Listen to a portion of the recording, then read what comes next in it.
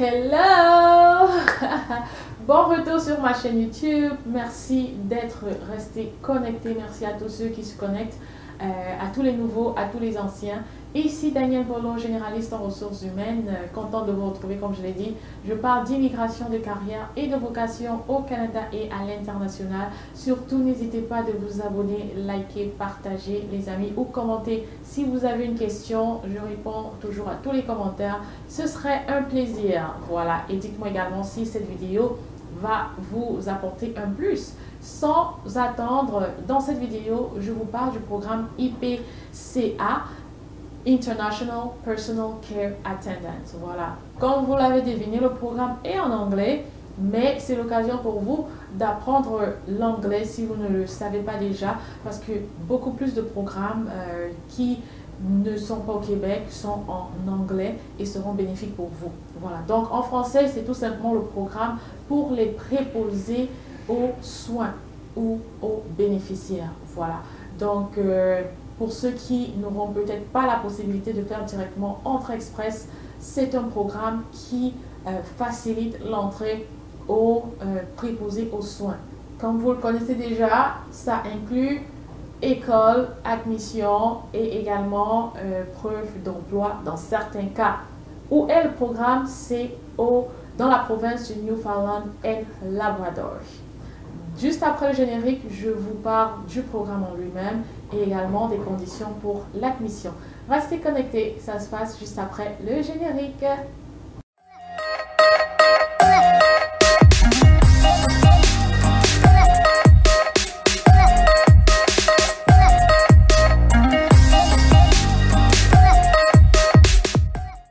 Merci d'être resté jusqu'à cet instant pour entendre plus sur ce programme. Comme je l'ai annoncé, je vous parle du programme qui accueille les préposés aux soins dans la province du Newfoundland et Labrador. Voilà.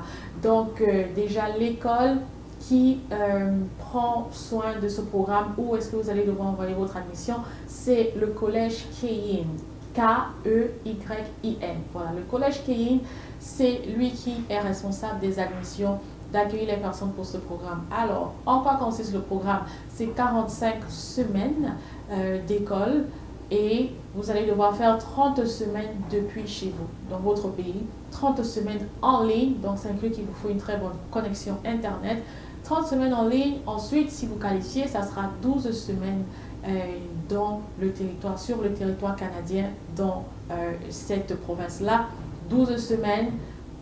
Vous allez étudier ici et ensuite 3 semaines de stage. Voilà, 3 semaines de stage. Maintenant, je vous parle des conditions d'admission que vous pourrez exécuter depuis chez vous. Voilà, donc pour l'admission déjà, je vais vous mettre le site web de l'école dans cette vidéo pour que vous puissiez aller voir vous-même. Et je me rappelle, c'est en anglais, bien évidemment. Donc, il va falloir remplir le formulaire d'adhésion. Vous remplissez le formulaire d'adhésion. Ensuite, vous serez... vous allez recevoir un email pour faire une entrevue. Il y aura une entrevue en ligne. Après l'entrevue, lorsque vous êtes sélectionné, il faut faire un dépôt de 2000 $. Donc ça, c'est juste un dépôt pour garantir votre place parce qu'il y a déjà beaucoup de personnes qui sollicitent ce programme. En plus des 2000 $, vous devez payer 4000 $ pour la première session. Voilà, donc si vous êtes sélectionné, bien évidemment. Mais si vous n'avez pas le visa, ils le disent sur la plateforme, si vous n'avez pas le visa, vous serez entièrement remboursé. Donc, les 4000 $, c'est juste pour la première session. Donc, ça inclut que c'est 45 semaines, sensiblement une année. Donc, ça veut dire que tout le programme en lui-même, c'est autour de 8000 et 10 000 $, sans compter les cahiers, les livres et autres choses que vous serez appelé peut-être à acheter. L'autre condition, voilà, pour votre dossier d'admission est d'avoir un CV. Donc, vous devez faire et inclure votre CV. C'est le niveau baccalauréat. Donc, ça veut dire que vous devez montrer la preuve de toutes vos études secondaires. Et si ce n'est pas en anglais, vous devez traduire vos documents en anglais. Voilà, suivi des relevés de notes. Et voilà, c'est un peu ça, etc. Maintenant, l'autre condition, c'est également d'avoir 2 lettres de référence de vos professeurs, des personnes où vous avez travaillé, parce qu'ils demandent également une expérience professionnelle pour avoir l'admission. Voilà, donc vous devez avoir au moins travaillé dans le secteur de l'emploi, qui est une autre condition. Comment prouver votre expérience professionnelle? Je l'ai déjà dit sur cette chaîne, c'est d'avoir une lettre d'emploi de votre employeur. Que vous soyez en train de travailler chez cet employeur présentement ou non, je suis demandé de vous écrire une lettre pour prouver cet emploi-là, cette expérience professionnelle-là. Voilà.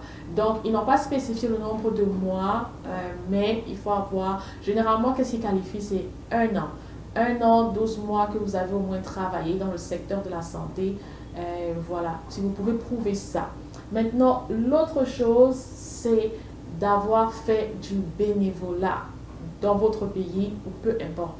Il faut montrer la preuve d'avoir au moins 20 heures de bénévolat au cours des 2 dernières années. Voilà, 20 heures de bénévolat au cours des 2 dernières années. Donc ça, c'est pour l'admission. Maintenant, qu'est-ce qui se passe après que vous ayez demandé une admission? Si vous êtes admis, vous payez tous les frais et voilà, ils vont vous dire quelle est la prochaine procédure à suivre. Après cela, vous avez fait les études, maintenant vous avez le diplôme. Qu'est-ce qui est la suite pour avoir la résidence permanente?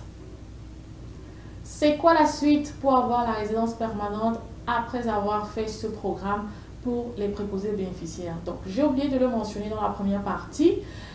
Il va vous falloir un permis d'études parce que vous êtes à l'extérieur. Donc, pour entrer déjà, il va vous falloir un permis d'études, court séjour. Mais au moins, comme je dis, ces programmes-là, parce qu'ils mettent l'accent dessus, ce sont des programmes qui sont plus ou moins, je dirais plus ou moins garantis. Okay?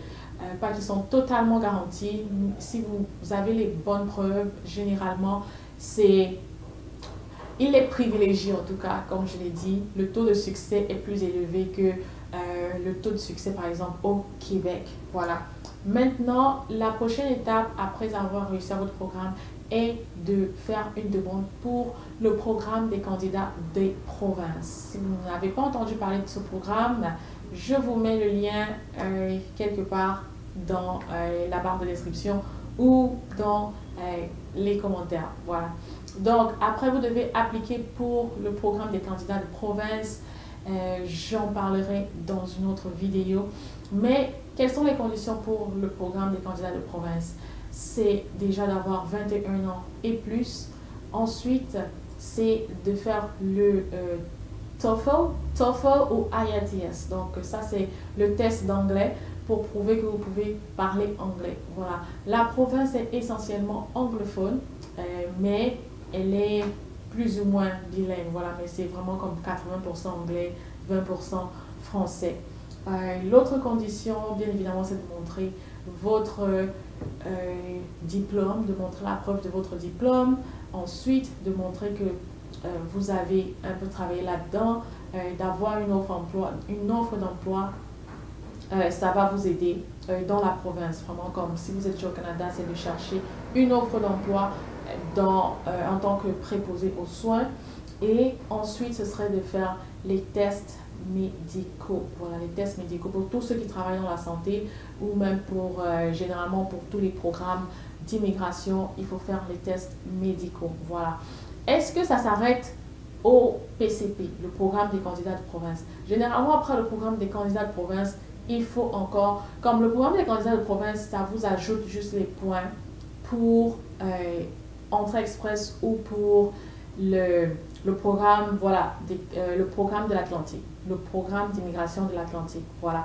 Donc, je pense qu'après le PCP, il va falloir faire plutôt le programme des candidats de l'Atlantique. Et c'est là que vous allez avoir votre résidence permanente qui pourra vous permettre de vous installer partout où vous voulez dans le Canada. Voilà. Donc, je donnerai plus de détails sur le programme des candidats de province dans une autre vidéo. Mais pour celui-ci, voilà ce que vous devez faire pour venir étudier en anglais en tant que préposé aux bénéficiaires. Merci d'avoir suivi cette vidéo jusqu'à la fin. Si vous êtes déjà au Canada et vous voulez investir dans votre épargne retraite, vous voulez investir dans l'éducation de vos enfants, vous voulez investir pour votre première maison ou épargner pour votre première maison ou juste faire des épargnes, je vous suggère Questrade. Donc, vous pouvez utiliser mon lien. Si vous avez besoin de plus de détails, vous pouvez me contacter et je serai ravie de vous accompagner dans ce cheminement. Ce serait un plaisir parce que je fais désormais partie de la cohorte des affiliés de Questrade et ce serait un plaisir de gagner avec vous. Voilà. Merci d'avoir suivi cette vidéo jusqu'à la fin. Je vous retrouve dans la prochaine vidéo et portez-vous bien. Bye bye.